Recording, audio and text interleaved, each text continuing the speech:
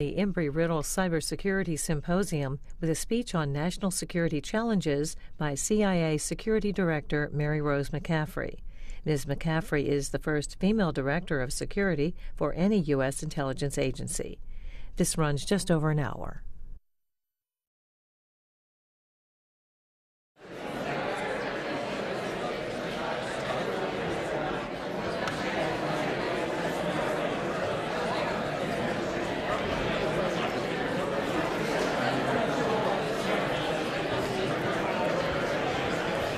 I don't understand this.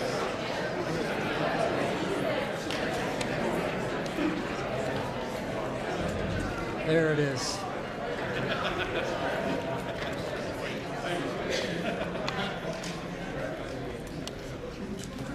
All right, if we can make our way to our seats, please. All right. Welcome back to the 8th Annual Global Security and Intelligence Symposium here at Embry-Riddle Aeronautical University in Prescott, Arizona. My name is Jeffrey Jensen. I'm an assistant professor with the university here and with the Department of Global Security and Intelligence Studies. It is my distinct pleasure, really honor, to introduce an important woman, not just because she's a woman, but because of her position in the security and intelligence world today. Ms. Mary Rose McCaffrey. Ms. Mary Rose McCaffrey was named the Director of Security for the Central Intelligence Agency in September of 2011. Prior to this, she was the Deputy Director of Security for the CIA, not the Culinary Institute of America, of course, but the Central Intelligence Agency. Director of Security and Counterintelligence in the National Reconnaissance Office. Prior to that, she had several tours and several stops, as many of us do in this profession, from the DoD, or the Department of Defense, the United States Navy, and of course of the Office of the Director of National Intelligence. Ms. McCaffrey has worked matters related to investigations, facility security, policy analysis, operations, information security, you name it, the litany of the security business. Interestingly enough, she went to a small school in Vermont, St. Michael's College, if I'm saying that correctly, which means she is a Purple Knight. I believe that's the mascot of the college. So go Purple Knights. Please give her a warm round, a very exciting moment for our university, for Miss Mary McCaffrey.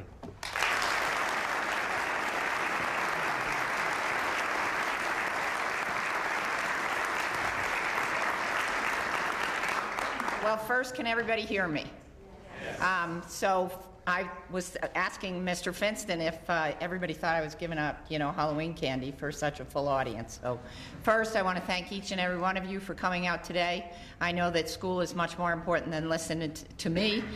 Two, for those of you who came from the industry, thank you for taking time out of your busy days. I have had an absolute extraordinary morning with your students. First and foremost, I am very optimistic about our future because each and every one of you give me great faith that whatever challenges the intelligence community, the national security of the United States face, we are well poised and postured to address them, deter them, and figure out the solution set. So thank you very much for the invitation. Second data point for those of you is even in the intelligence community, they actually are getting to a point in time where the gender bias is being corrected. I am, after 65 years, the first female director of security for any intelligence community agency. So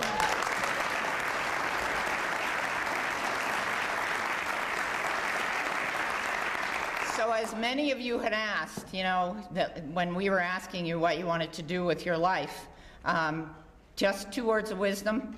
My parents died before they ever knew I had a real job because I kept moving jobs. So when I tell you, it's just a stop on the way. If you give whatever your employer is 100% of your passion, 100% of your work ethic, and 100% of contributing to their mission, you will always be happy in your job, and your next job will find you before you find it.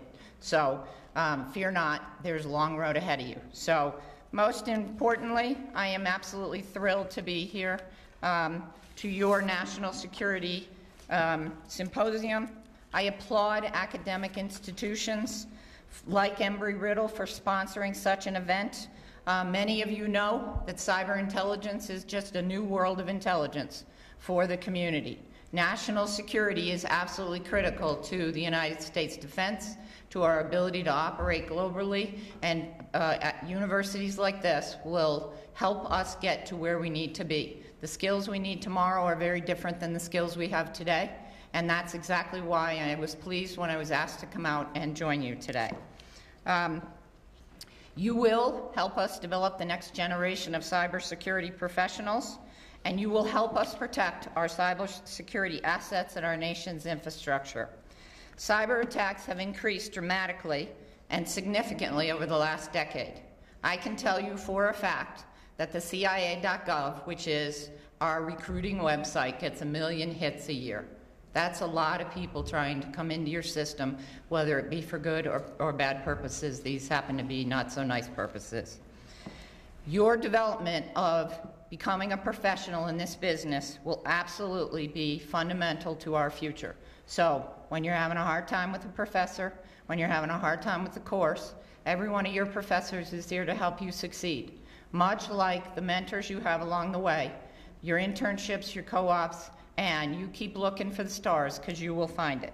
So let me step back a little bit, because we're talking about cyber today and we're talking about national security of the 21st century. But I need to give you a little bit of history of why cyber is so critical. If you remember, World War II was a turning point for us. December 7th, 1941 was the day of infamy. It was followed by many long years of a Cold War. Most of you in this room are too young to remember when your parents or your grandparents probably are not too young to remember when we used to have drills, and when the alarms would go off, you'd get under your desks. Well, this thing called a nuclear threat was a real problem. But during those days, the Cold War really focused on Russia and the United States, the two powerhouses. So fast forward, you have Vietnam. Vietnam is an adventure unto itself in terms of North and South Vietnam. Many of you in this room may have served in Vietnam. Then you move fast forward, and we were going to have Russia. The Berlin Wall came down, and we were going to get some benefits of that peace dividend. Peace dividend to those in the intelligence community was not one big Russia, it was multiple stands. So pick a stand. They became a challenge in terms of, one, stability of government, stability of resources, and stability of the data we knew about those particular companies. Move on forward, 9/11 happens. Every one of you in this room remembers where you were on 9/11. I was on the steps of the Pentagon. I literally walked out of the building that day, and I was there for a meeting, and I remember hearing on that gorgeous blue day an absolute eerie sound. It was like a plane had taken a wrong turn, but I didn't know it was a plane because planes go up and down the Potomac River pretty regularly. So lo and behold, the next thing I knew, I was on the bottom of the stairs, and I'm thinking, how did I get from the top to the bottom of the stairs? The plane had hit the building. I did not know, in where I was sitting at that point in time, that 2 other planes had hit the World Trade Center. Because, if you remember, in a lot of our jobs, we have CNN or C-SPAN trailing, but we didn't have it on, and I was moving from one building to another. Well, my first reaction, funny, we all have self-preservation, was first and foremost, I just ran my pantyhose, and I gotta go brief a general. This is not a good sign. My second reaction was, holy smokes, there's a lot of smoke coming out of that building. One of the privileges I had at the Pentagon, and you don't have it here, is parking. Very few people get parking at the Pentagon. And so the reality is I ran to my car, we got people out of that building, and from that point on, ladies and gentlemen, our world in the United States and around the world has changed. And that is where we move forward to today's event, because cyber has taken a huge role and place in that world sense. So very soon after 9/11, the United States entered into a global war on terror, started in Afghanistan, went to Iraq, went back to Afghanistan. And the military will be pulling out next year. There will still be peacekeeping troops, NATO troops, and there are huge challenges about stabilities of government and stabilities of our rules in those countries. We will continue to address what needs to be done in that environment. But none of that is done without our dependence and our involvement in the cyber world. The cyber domain and each and every one of us have become inseparable. Technology drives everything we do. The World Wide Web has made us more interconnected than at any time in our human history. The vast majority of our infrastructure resides in private sector. Let me repeat that. The vast majority of our infrastructure in the United States resides in the private sector. The national security risks and the economic risks are still with the private sector. Remember, the government doesn't do it alone. They do it in concert with all of our partners, and our partners are the private sector. So to those of you we were talking to earlier, whether you work for the government or you work for private sector, you can contribute no matter where you are in whatever your professional desire is. So this private sector holds a lot of data, and these assets are pretty profound, and their protection to the United States priorities is of a national importance. The President declared recently, and I quote, he has a list of priorities. This is in the top 5. The cyber threat is one of the most serious economic and national security challenges we face as a nation, and America's economic prosperity in the 21st century will depend on cybersecurity. The United States does have a huge challenge. In that, we have a much larger body of sensitive and potentially damaging information to protect than most countries of the world. Think about that. We have more information than most countries of the world. We'll hear why that's important a little bit later. The CIA's primary job is, yes, I know the new James Bond movie is out. It's not quite like that. The CIA's primary role in the protection of our own systems is paramount, but our real primary role in the cyber world is to inform the policymaker and to inform the decision makers on what they're to do next. We determine capabilities, we determine intent, and we conduct all source analysis in both hard copy, open source, classified, and the cyber environment to inform these said policymakers and defenders of the cyber threat. Remember, in the U.S. government, there's 4 big players. DHS, Department of Homeland Security, is responsible for the U.S. infrastructure in terms of how we're protecting our homeland. The FBI does have the law enforcement piece, and those of you who were here this morning know exactly why they have the law enforcement piece. NSA, which is also known as Cyber Command, has the Cyber Command, in essence, to drive the infrastructure and the policies by which we're going to deploy various networks around the world. CIA doesn't do that work, but we can't do our work without collaborating and working with each of them. So, despite the fact that sometimes, no matter what the news says, we don't do this alone. We do it with all of our partners, both in the public and the private sector. CIA does partner with our agencies. We do. I heard a lot about, for each of you, particularly the students, you talked about co-ops, you talked about internships, you talked about opportunities. We partner with all of these agencies to leverage both our own employees and prospective employees to get the best match for the person. Because remember, we're investing in the future, and the future is you. I mean, at some point, yes, I'm going to go find a beach somewhere, but at some point, you will all be in my job. And clearly, it's important for us to leverage our partners, private and public, to get the best officer we can for the challenges we have. We recognize that we don't hold all the critical information, and we recognize that the partnerships between government, public, private, law enforcement, tribal, many of you probably never heard those words prior to 9/11, because for all effects, we didn't necessarily worry about that. We have to, historically, we operated in silos of excellence. CIA did stuff really well. NSA did stuff really well. You know, NGA did stuff really well. DOD does stuff really well. But now we can't afford to operate separately. And having been in this business for the best part of 3 decades, I can tell you that the partnerships have been absolutely critical to each of our individual successes. We have to operate in a federated approach to ensuring that we secure our nation's cyber infrastructure. We have to support cooperative situational awareness.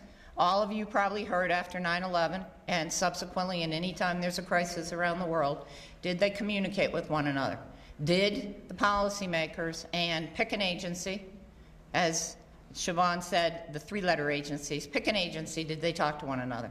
I can assure you they are talking to one another, and they're talking pretty regularly. So we have to actually rely upon one another, because there is not infinite money, infinite people, and infinite opportunity to put the problem set in front of every agency. But if you put the problem set in front of them all, and they all work their piece, you get a better end product. We have to make sure that what we share, how we share it, and when we share it is absolutely just in time. You cannot afford to have somebody find out information after the fact. Monday morning quarterbacks are absolutely famous in Washington, but the track record's pretty good for people actually sharing information. You also have to remember that each of these agencies, in the Director of National Intelligence, there are 16 agencies. 16 agencies who all have a specific function to provide information to the President of the United States and the policymakers. And they all have a mission to do. And so there's always a balance going on here. Oftentimes, one of the questions I will get from audiences in the business of intelligence, and specifically the business of being the Director of Security for a global organization, what keeps you up at night? Well, there's a lot. Lady Revlon is a wonderful thing. But the reality is I'm always worried about people, because it doesn't matter where you work, it doesn't matter what you do. Everything we do involves people. And so I'm always worried about people in harm's way. My second big worry, I will tell you, is cyber.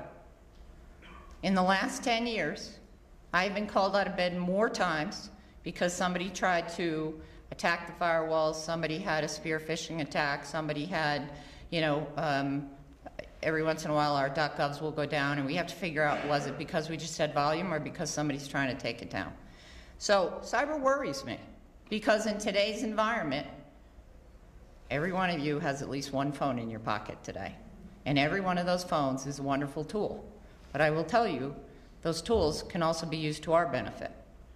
So we are very worried about that. So we spend a lot of time and effort protecting our networks, protecting our infrastructure, and protecting that which we consider the crown jewels.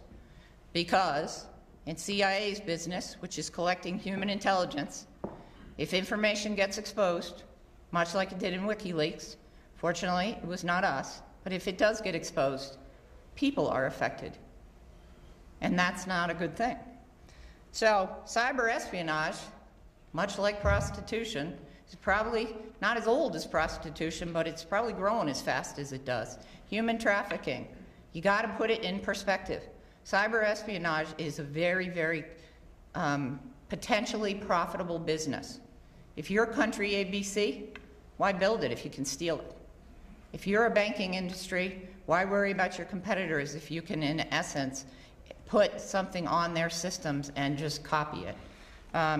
So it is just an extension of espionage for us. That's how we look at it. It is the clandestine infiltration of our computing realm. The goal of cyber espionage is to compromise our confidentiality, our integrity, and the availability of our systems and our data. I think we all know, and no matter what movie you've seen, if you've never seen any movies, how devastating the impact to our nation would be if certain information fell into the wrong hands, or remember the far-reaching impacts that happened post-WikiLeaks to the State Department. Yet we also know the challenges we face in protecting this information. It is not an easy feat, given the level of the sophistication of both the technology, our adversaries, and what I would call the non-malicious adversary. Somebody who's just out having a good day or a bad day, or seeing, let's see if I can do this. So who are our adversaries and what are their motives? Our adversaries run a full spectrum. They can be singles. We talk about terrorism in terms of lone wolves. Well, you can have single individuals who can do you a great deal of harm. We have loosely formed teams or ideological movements. The special agent was talking this morning about Anonymous. Ideological movements can take very different shapes. They're like an amoeba. They can change depending upon the, you know, what's the word I want? Depending upon the flavor of the day. That's probably the best way to say it. We have lots of criminal organizations. South America. How much money do you think would be lost if the drug cartels went out of business? Every drug cartel has multiple phones and multiple SIM cards. It's a very profitable business, this cyber stuff. We have structured and regimented cyber espionage units within state-sponsored organizations. We have non-state sponsored organizations.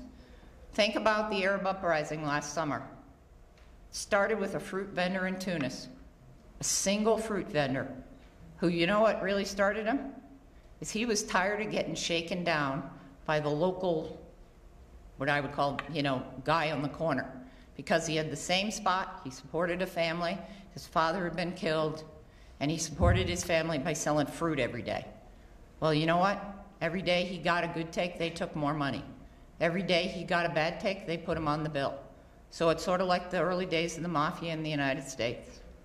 And he got tired of it one day. And this is the power of one. He literally went to the government headquarters. Tunis, that's a loosely defined environment. And he lit himself on fire. And he started an Arab uprising. And every one of those countries that figured if he could do it, we could do it, did. Now, it's a year later and there's a whole lot of other things going on, but think about it. You know, autocratic, dictatorial governments were overthrown by the power of one, and it was all via cell phones. Yeah, there was a lot of organization, but it was all via cell phones. So think about that. Some of those folks didn't have running water.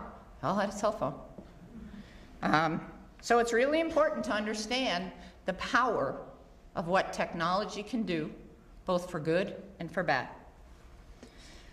We have a lot of these folks trying to disrupt U.S. networks, and that's not just U.S. government networks. That's U.S. networks.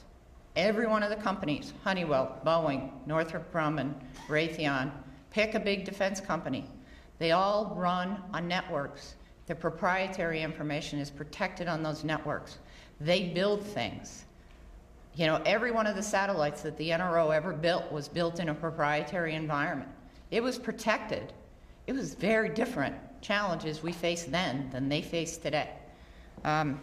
Those adversaries have a huge access to a wide range of capabilities, and they can leverage and repackage publicly available tools. Some of the students were showing us some of the tools that are available that they have, you know, access to. But publicly available toolkits repackaged can do a great deal of harm. And they share these toolkits. They have an underground community that's better than most. They make some of the drug lords look like they aren't really creative. These attackers will dedicate resources to finding new exploits, to things that industry or the U.S. government have been able to detect and deter. As the speakers this morning told you, the reality is our job is to anticipate, but when you cannot anticipate, you have to figure out, how do I get ahead of it the next time? How do I get beyond, whether it's a signature-based, a heuristic-based, a tool-based, a spear phishing, a targeted attack, how do I get behind it? And if I can't get beyond it, how do I defend against it on my network? How do I make my network robust enough to defend it from somebody who wants to do it harm? They use a lot of information that we produce. Your companies, the intelligence community, the open source information, social media and Facebook, Twitter. You know, I have a 23-year-old niece who just got out of college and just got a job, and I sent her a message on Facebook, and she says, "Oh, that's so lame, Aunt Rosie. It's Instagram now." I'm like, oh man, am I getting old. But think about it. The means of communication. You don't call your parents, I bet. And your parents sure as heck don't call you. I bet you unless they text you, you're not talking to them. Am I close? I see some nodding heads. Remember, Al-Qaeda uses Facebook, Twitter, and Instagram as a wonderful recruiting tool. Do you know who you're talking to on those networks? Just think about it. When the special agent said, Anonymous has X, can we play? Just think about how people can play in environments that are so open like that. They use forums like this. There's not one day where I don't get 50 LinkedIn requests. I don't play on LinkedIn. There's not one day that somebody doesn't send me something to be my Facebook friend. Unless I know you, I ain't clicking. They use technology, technology advances. The mini little, iPad just came out. You got $329 before you buy accessories. That's a good deal. But think of all the people that were in that room that may not have been part of Apple. People like Apple, Google, Facebook, man, they protect their technology. Nobody sees it before advance. I was talking to one of the vendors for Apple on the cases, and they were telling me that when a new product comes out, they don't see it till the day the rest of the world sees it. And then they hurry to get the product out on the street. But Apple's figured it out. That technology is gold to them. And so they have to pay very clear attention to protecting it. They use academics. A fair number of people in U.S. academia come from foreign countries. We have the best school systems in the world, ladies and gentlemen, and every country knows it. And so you are very fortunate to have such a great school system. They use commercial enterprises. There's a lot of shadow companies out there. A lot of people who think you're buying something, but you're really buying something else, or they're buying your information and then selling it. Their motives span. They span the spectrum of motives. They can be technology. Can you imagine if somebody actually got some of the technology that they wouldn't have to spend the billions we've spent for, both on defense, intelligence, and just commercial products? They span financial gain faster than the market. In the end, follow the money. They span intelligence.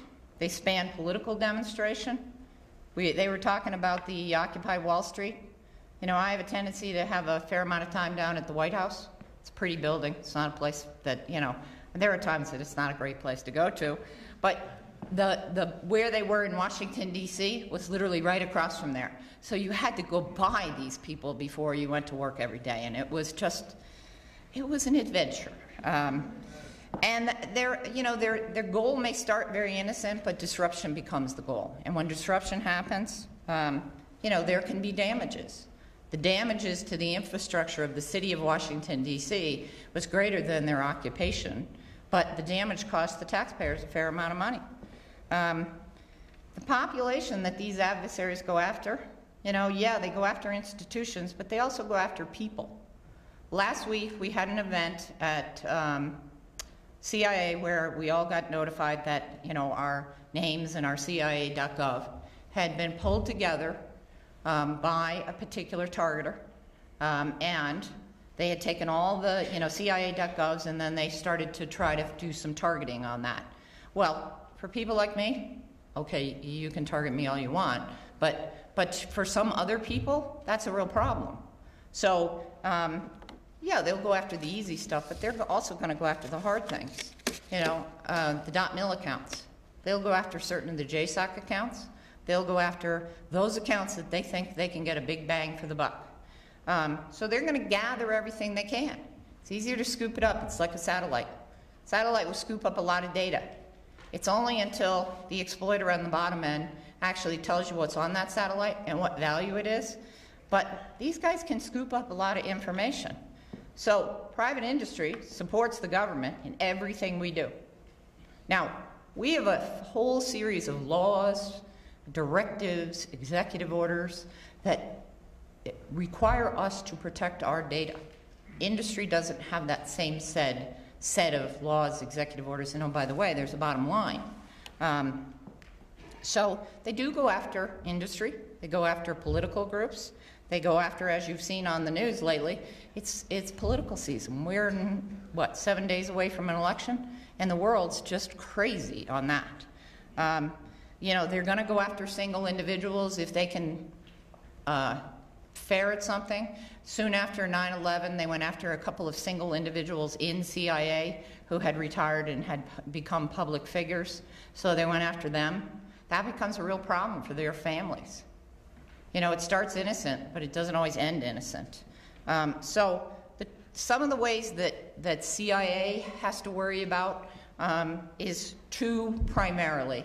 We worry about computer network exploitation, and we worry about computer network attacks. And the reason I say that is because the network exploitation, I spend a lot of time and money, we collectively as an agency spend a lot of time and money. They equate computer network exploitation as their traditional cyber espionage. That really becomes sport for many of our foreign intelligence adversaries. They want to break in, steal, or modify the information that we have on our systems. They seek, you know, non-attributable or covert infiltration or interception or access to our data as being their primary objective. Because wouldn't it be nice if somebody knew what the director or the president were going to do before he were going to do it? And that's really just what cyber espionage does for us. Technology shifts give opportunity. Every one of the companies who build appliances, who build firmware, who build operating systems, there's always a first of every version. And in every version, there is a vulnerability. So sometimes those vulnerabilities provide wonderful opportunities for disruption.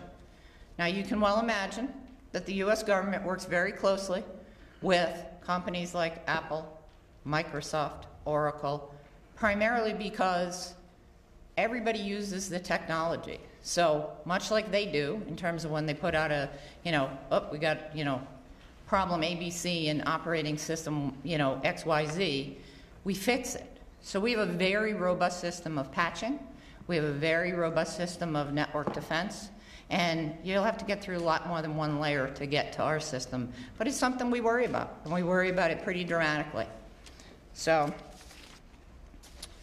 according to Cisco, and this was a recent study that Cisco came up with, the number of devices, such as your smartphones, your laptops, your iPads, they're going to literally exceed 25 billion by 2015.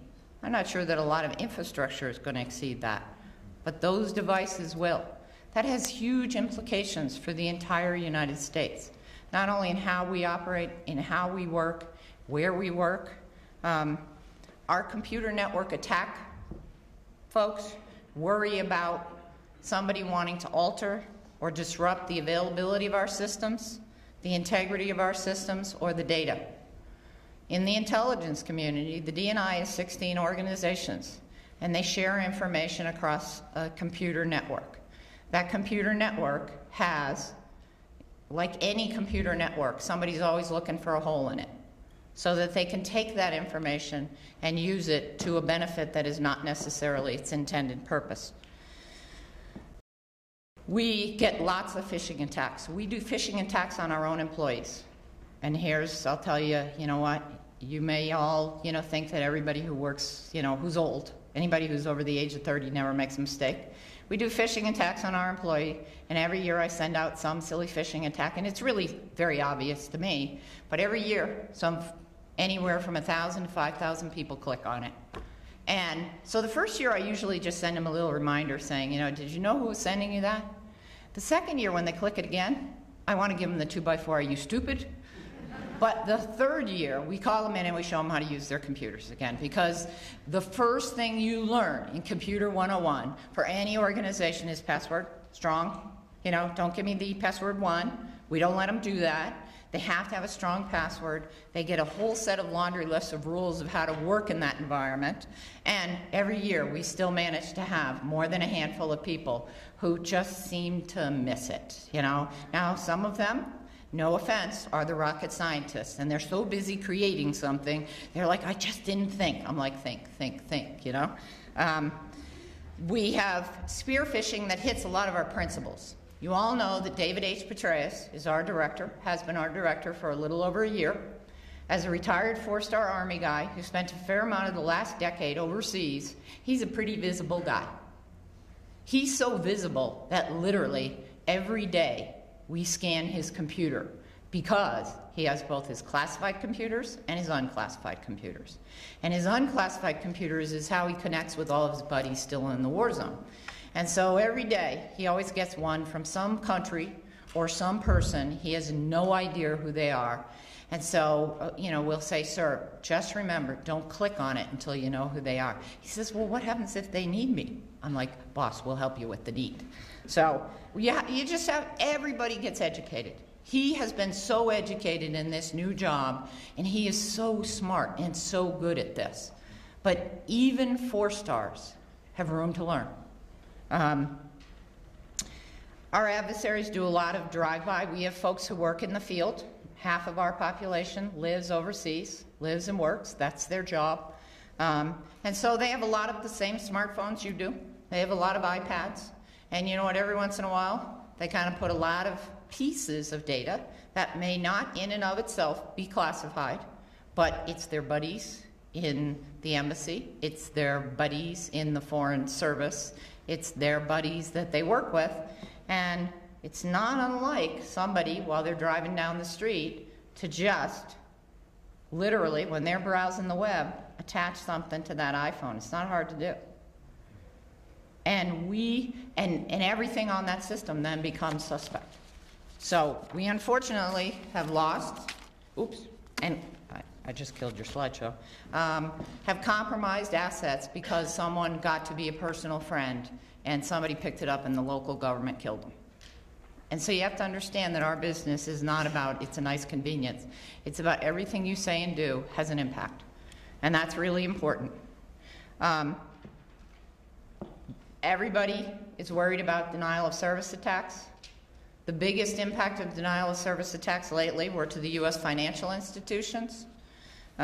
Early in October, there was a whole bunch of the institutions, they thought it was just a phishing account, but it was a pretty concerted denial of service attack on multiple banking institutions. Might have been an hour, might have been a week, might have been a couple of days. But those denial of service attacks, the banks were not so worried about them because as a bank individually is not concerned about its own, but collectively it has a huge impact. So now all the banks have done very similar things that the intelligence community has done, is to worry about what are you seeing on your networks? Because how many of you could not imagine getting to an ATM and getting money out, or more importantly, paying your bills? And that was a very real thing, middle of October. The suspected attackers behind this, there's reporting all over the map. It is suspected to be a state sponsor, but there is reporting all over the map, so there is no definitive answer. But it did open the eyes of the banking industry, where we're talking trillions of dollars. If somebody couldn't have access to the money that we need to run the world. Each and every one of you probably has an account in some of these banks. They were the big ones: Wells Fargo, Bank of America, Citibank. Every one of them got affected. Not all of them to the same degree, but they all got affected. ABC recently reported a targeted malware attack, which we're calling Mini Flame. Mini Flame really, in essence, goes after our high profile. So it will go after our director. It will go after one of our visible, congressional affairs, one of our directors who does a lot of work outside of the organization.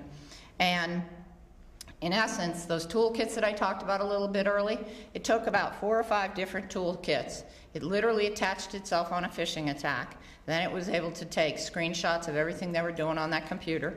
In an environment like this, nobody really cares about the audio. But in an environment at the White House, that's a pretty big deal. So when the director goes down to the White House every day to give the president the daily brief on what world events happened last night, the last thing he can afford is to have somebody with an audio capability on that iPad that he's using to give the president his brief. So it really, in essence, takes everything on that computer. So we have some really smart people looking at this. Fortunately for CIA, we have a very good offensive operation. So we have, your best defense is always what you learn from your offensive folks. And so we've had the luxury of good offensive folks who help us with the defense. And to the military members in the audience, you know the same scenario. You better understand what your adversary is doing so you can figure out how to detect it, deter it, or thwart it. We have another concern that every one of you in this room, we were talking about this at lunch. June, July, September, last summer, we had a huge storm that came across the Midwest, came across the East Coast, and it was called a derecho. It rained so hard, and there was so much wind, it was like being in Kansas. You know, it was like the Wizard of Oz movie. And what happened was, literally, the power went out in the mid-Atlantic to 3 million people. That's a lot of people. Now, think about this. I work at a pretty prestigious organization. I work at an organization that has generators, power plants, backups to generators. Our power went out for 24 hours.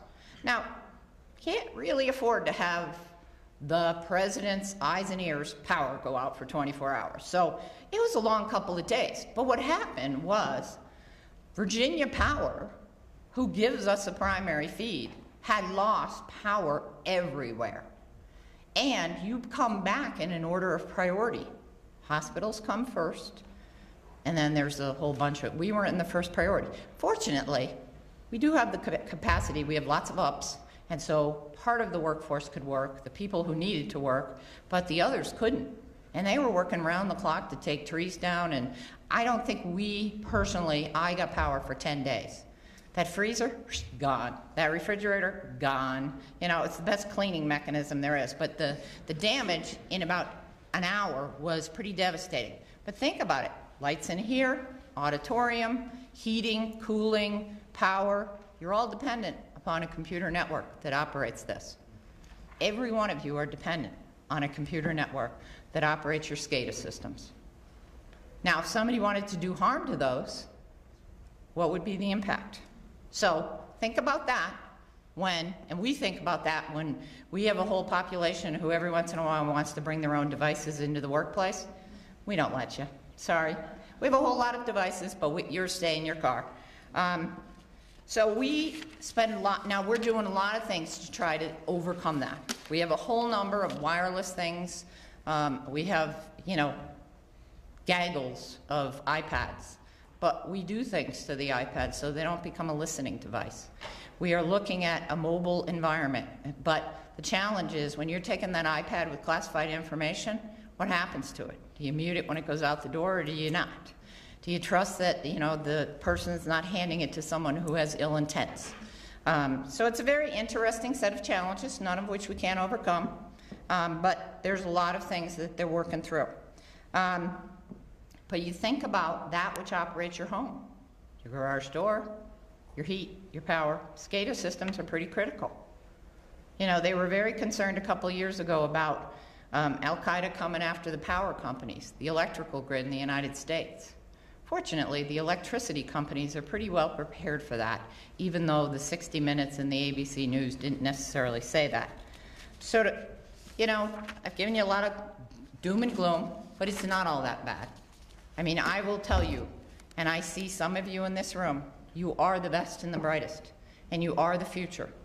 But fear not, there's a lot of really smart people that when you decide what you want to do, will join you in protecting our networks, both in traditional ways, non-traditional ways, and in an innovation with technology that will help us develop new defensive platforms, new defensive processes, and we also have to look at the personnel. The cyber folks that we hired 10 years ago are not going to be the people we need for the future. The folks that got hired when I got hired, we were laughing. We all grew up with pre-computers, wangs, remember those boxes? And then, you know, a series of different technologies across. But early days, wangs were like just a word processor. You know, it was an efficient box, but that was about all it was. So I am speaking to each and every one of you here today.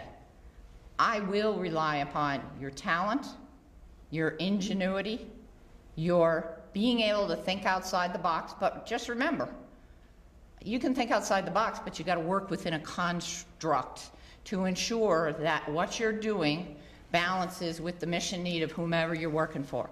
And it really doesn't matter whether you're building planes for Boeing, whether you're building, software for, Apple, or you're building an app somewhere, or you're working for the U.S. government. The ability for us to operate securely will be dependent upon you. And it will be dependent upon what you bring to the table to inform those that you work for how to get beyond the problem at hand. There's a lot of intelligence partnerships that are going on today. Are they all they need to be? Nope.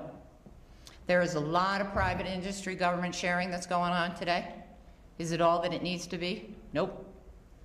I will tell you, every time we have an incident, and that's what we call them, I have a 24/7 CERT team that spends a lot of time figuring out the postmortems. How did it happen? What was the impact? How do we make sure that it doesn't happen again? To each and every one of us. The real lesson here is not that we're not going to get hit. It's that when you get hit, what do you lose and what do you learn from that? And how do you ensure that you don't get hit the same way? Each one of you had that lesson in multiple ways in non-cyber environments. First time you did something silly or not so smart and your parents caught you, what did you learn from that? The first time you went to college and you spent that first semester playing too much and not going to school too much, what did you learn? So it's really the what you learn question that we take from everyone we bring to a problem set. We continue to have to look at every attack as a new attack. Even if it is attack we've seen before, we look at it as a new attack. We work with our colleagues across the U.S. government to ensure that it doesn't come in waves. Some of our wonderful folks work in threes. If you look at some of the activities going on in war zones, bombs usually come in threes. Suicide truck comes up, then a bomber comes up, so you always have to be careful of the third. So you always got to think, is it a pattern?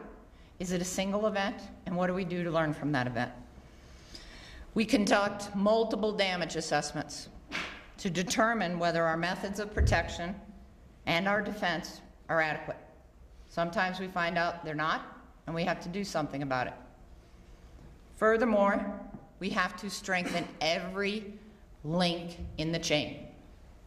We were chatting today about supply chain. For about 10 years now, supply chain has been a concern to the U.S. government because, everything got outsourced in the 90s, and a lot of it got outsourced to China.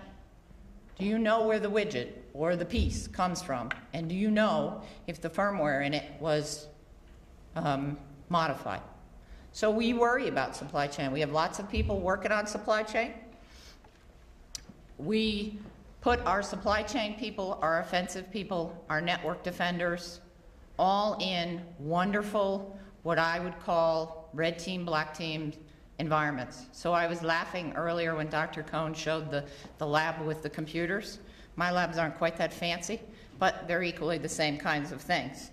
And in essence, by attacking ourselves, we learn more to be able to defend ourselves. We have to adapt, as a U.S. government, a very proactive, intelligence-based approach by mitigating the element of surprise. I'm not sure we could have ever planned on the derecho. Mother Nature's a pretty powerful character. But all other elements of surprise, most of the problems we have are because people don't pay attention to process. We were talking about passwords this morning. There are so many simple things you can do to defend yourself. PKI certificates, encryption, ensuring that your networks are strong, that your links are strong. And then you, in essence, when you have a problem, you can identify that pattern, and we inform our partners. We talked earlier, DHS, FBI, NSA, CIA, the White House. Now there's a National Cyber SAR. We sit on all these policy boards so that we can all collectively address the problem that's going to take us into the next century. As I said earlier, and I can't say this enough, our best defense is going to be understanding the offense. And so as an intelligence organization, we spend a lot of time in the offensive mode. We collect human intelligence. As we consider ways to address this threat in the 21st century, we have to also understand that they're not all technology-based. Even out here, you all have legislation that drives what you do every day. I would anticipate this year, Senator Collins introduced a cybersecurity bill. It was very, very much geared towards a single owner of all things cyber. That's kind of hard when you got a couple million people working for the government. So it's working through variations upon a theme. But I think that in the end, you will see cyber legislation that addresses standards of operating, standards of performance, standards of protection, and how each agency does it will be very different, but there will be a standard. So much like a common definition lexicon, there'll be standards. Laws that can define for us and for you acceptable behavior in cyberspace, good, better, and different. Every person on the face of the earth goes to a website that may not be what that website is, because they're just checking it out. There's no malice, but sometimes those websites can cause them great danger.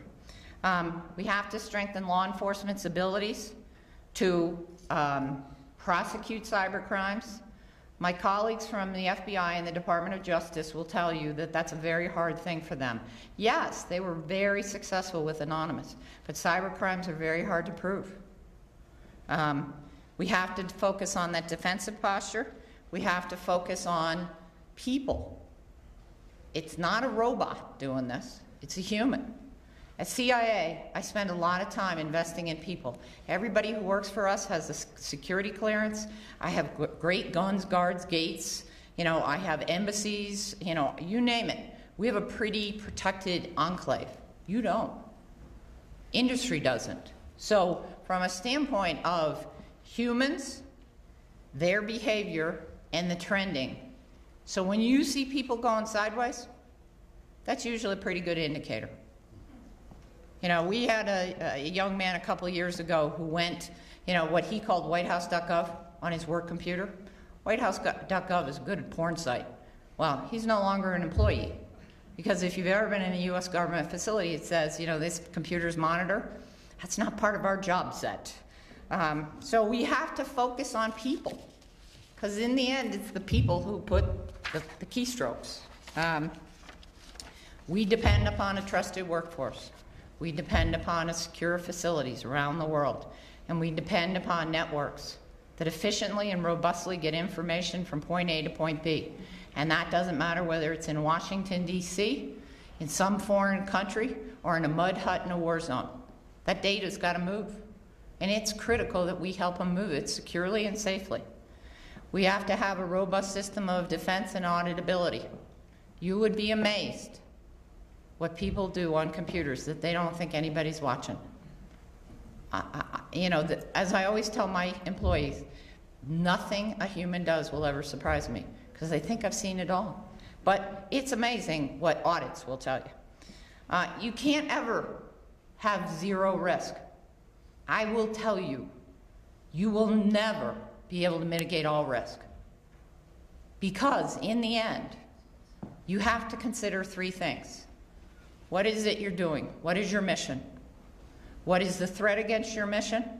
And how are you going to balance the posture of security in whatever form it is against those two other things? And it will never be zero. But the United States government and national security depend upon many agencies to do work that they put themselves at risk every day. Every day. To close,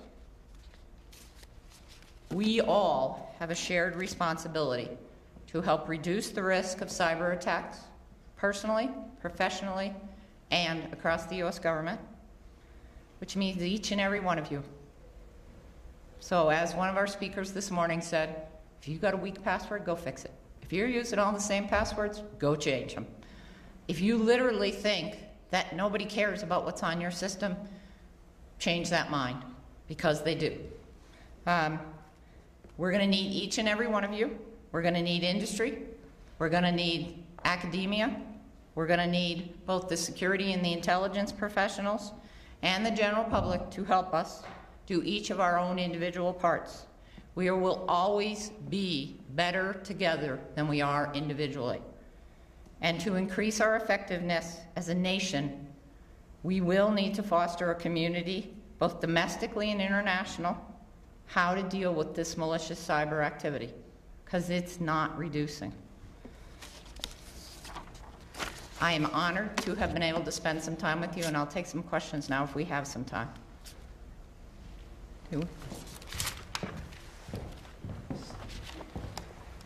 Yes, my career ambition to silence the CIA for 1 second. If you have questions, please file down around this wing here and up to this microphone so that way we can catch you and get you clearly on the air. So those of you who have questions, please make your way that way. Sorry. Oh man, I left them speechless. Yes, sir, I knew I could count on somebody. Somebody's got to break the ice. What do you think are the chances of a cyber attack actually leading to a real war?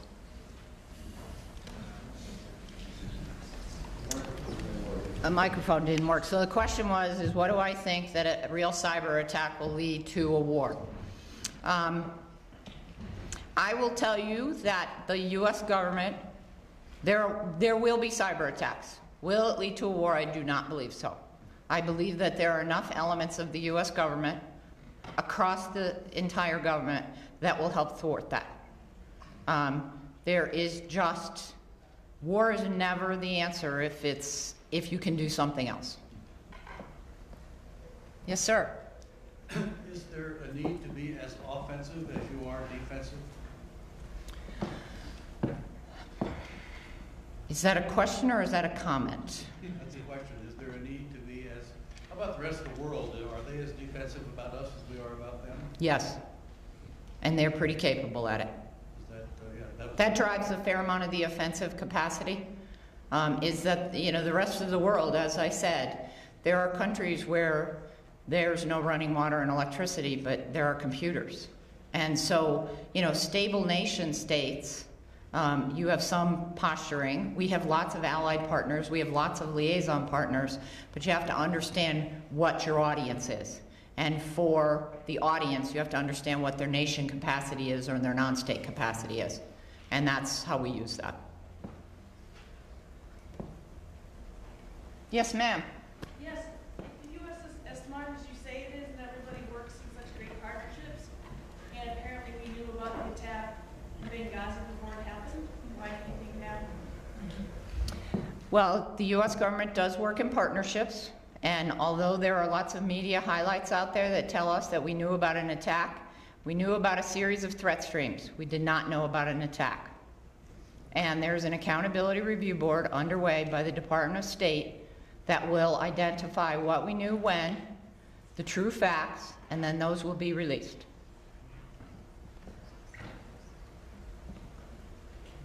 Yes, sir. Do you see a move from conventional military forces to cyber military force in a sense in the coming era?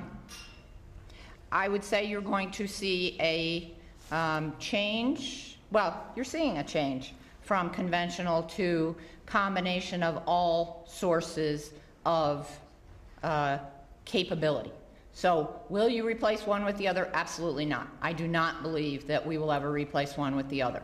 I believe that one, I'm not completely postured to give you that answer, but I can tell you that, clearly you have so much of a defense budget and you have lots of other tools in the tool chest and you need to use them all.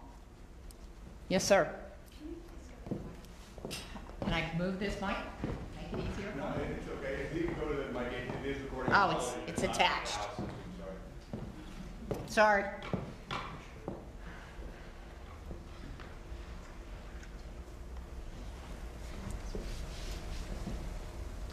First of all, thank you very much for being here. First of all, congratulations to an agent with the CIA and intelligence who I believe using tiny bits of human intelligence was able, after 5 or 6 years, to locate bin Laden.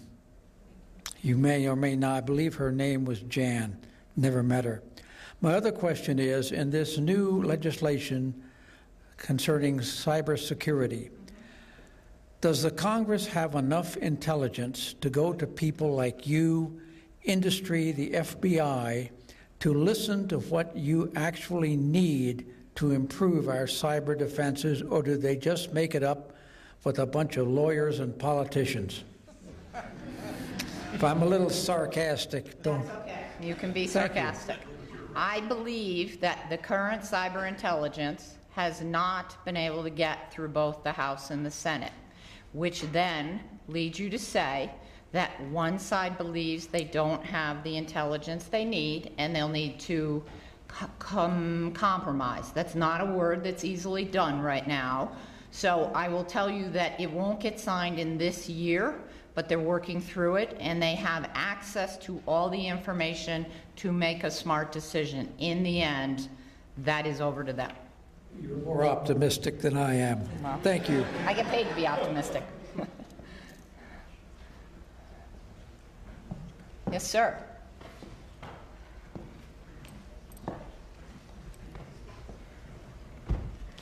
My question is, how would you rate the United States' cyber offensive and defensive capabilities compared to those of China and some of the other major players in the cyber world? Are we talking on a 1, 2, 3 rating? I would say that with the exception of sheer numbers, remember, China has 2 billion people that are, so China, Russia, both of them spend a fair amount of time on the cyber challenges and the cyber opportunities.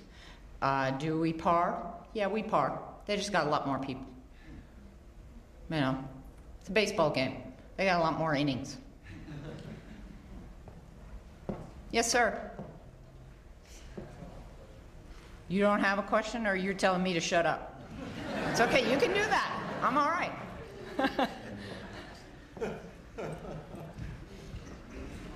Hi. Hi. I didn't know if there was someone else before.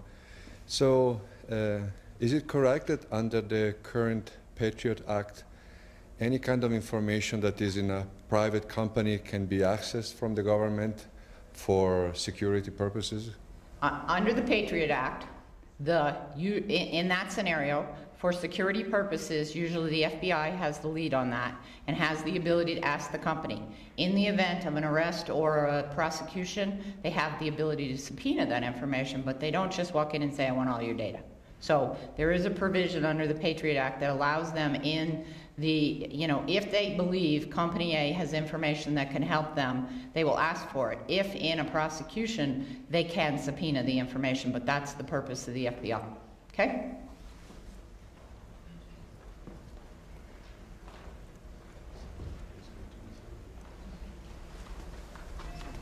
Hello, and thank you for being here. My question is in recent years, cybersecurity has really taken a forefront in terms of, even in the media.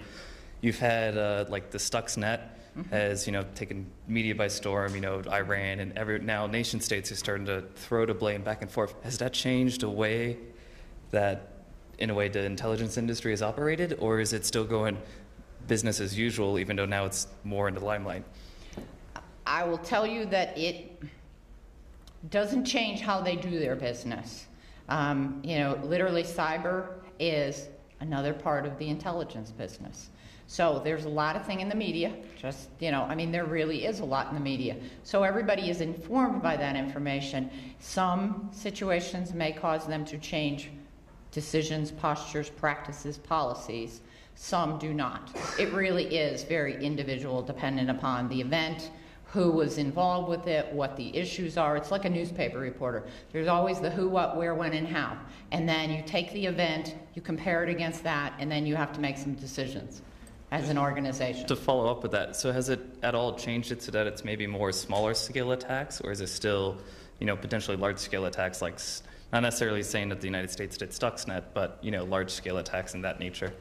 I would tell you that there's multiple kinds of, cyber activities going on in the federal government. Okay. Thank you.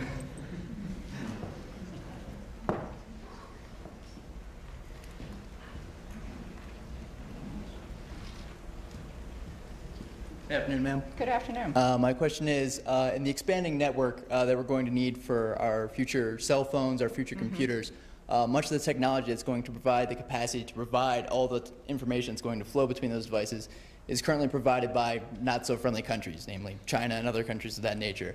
Is that something that you guys are actively, aware of, and what are some of the things being done about that? Yes, we are completely aware of. That's all part of supply chain issues. And what are we doing about it? A whole host of things, none of which I'm, willing to share in this forum. So, good try.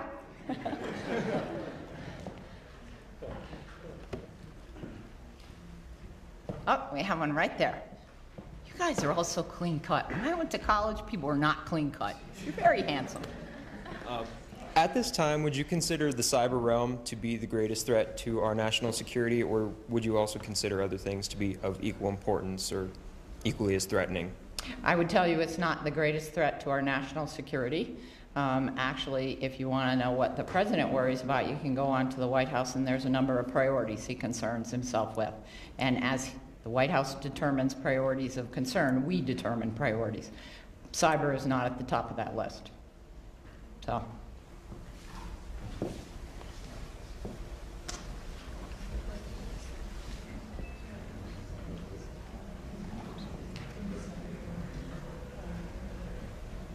Okay, one more. Any more? Well, ladies and gentlemen, it has been a pleasure, and I thank you very much for being here.